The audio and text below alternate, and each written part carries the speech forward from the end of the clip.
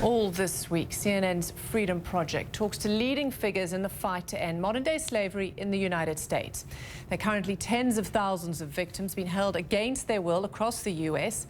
Rachel Lloyd may know better than anyone what child victims of human trafficking confront every day. As a teenager, she was exploited on the streets of Germany, and now as a founder and CEO of GEMS in New York City. Her drive to be a voice for girls like her has led to numerous changes, including the first ever safe harbor law in the United States.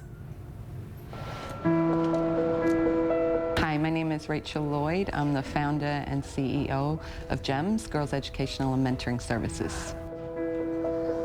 I founded GEMS in 1998. We're now the largest service provider to domestically trafficked and commercially sexually exploited girls and young women in the country.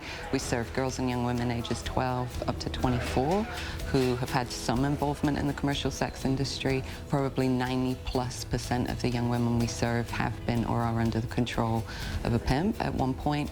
And we provide housing and counseling and groups and employment and education, and really a holistic range of services designed to empower girls to both leave the commercial sex industry and escape trafficking, but really to develop as the beautiful young women that they were born to be.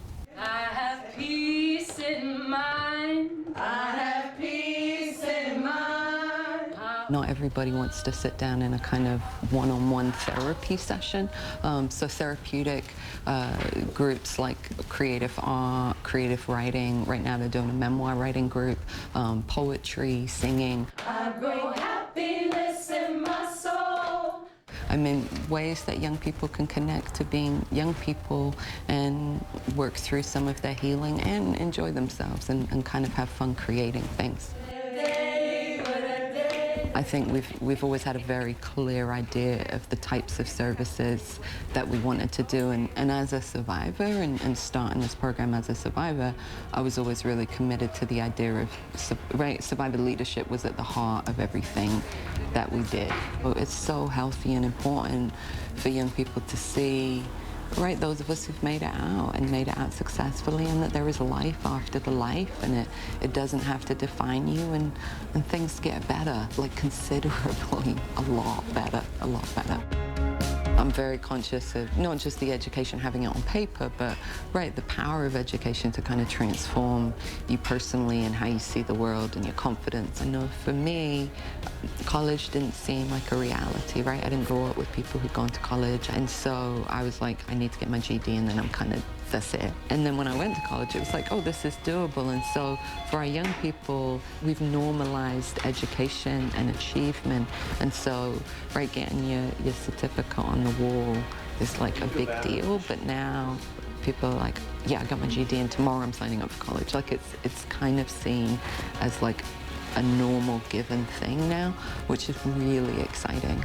I'm very, very lucky to do this work, and the girls are funny, like really. We have a lot of fun. I think people are like, oh my God, you're working trafficking. And it's like so sad. I mean, obviously there's some really painful, poignant moments that happen kind of every day. And yet, surrounded by teenagers and young people, like, it's fun. I mean, there's a lot of joy here.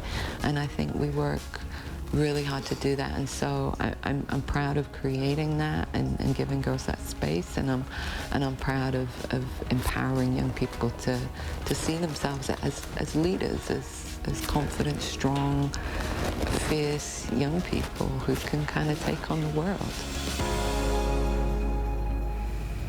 Well, Tuesday, CNN's Freedom Project profiles another figure on the front lines. We'll go behind the scenes with a professor and screenwriter whose new movie is inspired by his real-life research into human trafficking. And later this week, Richard Quest moderates a discussion that examines the battle on the front lines of the main streets of America, what's being done to put an end to this trade in human life, and what about dismantling the international networks that run this global criminal enterprise? That's Thursday at 9 p.m. in London, 10 p.m. Central European Time, only on CNN. And just ahead here at the iDesk, a deep rift between two countries may finally heal as an agreement is reached on the issue of Japan's brutal abuse of so-called comfort women in World War II. We've recently discovered that there are about 35 million people in slavery around the world today. So slavery occurs almost any time that someone's made vulnerable and doesn't have the protection of the rule of law. If you want to understand the presence of slavery, you have to understand the presence of corruption in most countries. We need leaders we can actually believe. Whether they're corporate, governmental, military, have an enormous responsibility. We're talking about people developing a higher level of consciousness than we've had up to now, enabling humanity to actually evolve because we have to. When we all come together as leaders and people, elders and young, we can make the world the one we want, because no one is free as long as others are not. Let all of us come together to make the 21st century the century of humanity.